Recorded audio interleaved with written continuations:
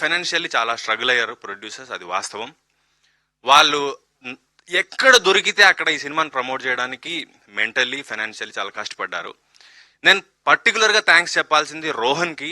వాడు ఇన్స్టాగ్రామ్లో వెళ్ళిపోయి అందరికీ హాయ్ మాకు హెల్ప్ చేస్తారని కూడా మెసేజ్ పెట్టాడు, ఇన్ఫ్లుయెన్సర్స్కి, కాంటెంట్ క్రియేటర్స్కి.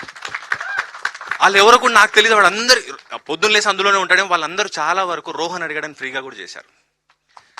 అండ్ ఈ మీడియా ఇంత సపోర్ట్ చేస్తుందని నేను ఎక్స్పెక్ట్ చేయలేదు. మామూలుగా జనరల్గా ఏ స్టార్ ఉన్నా ఏ సినిమా ఉన్నా కూడా ఒక పర్వాలేదు బాగానే ఉంది అంటారు, ఒక రేటింగ్ దగ్గర ఆచితూచి ఉంటారు.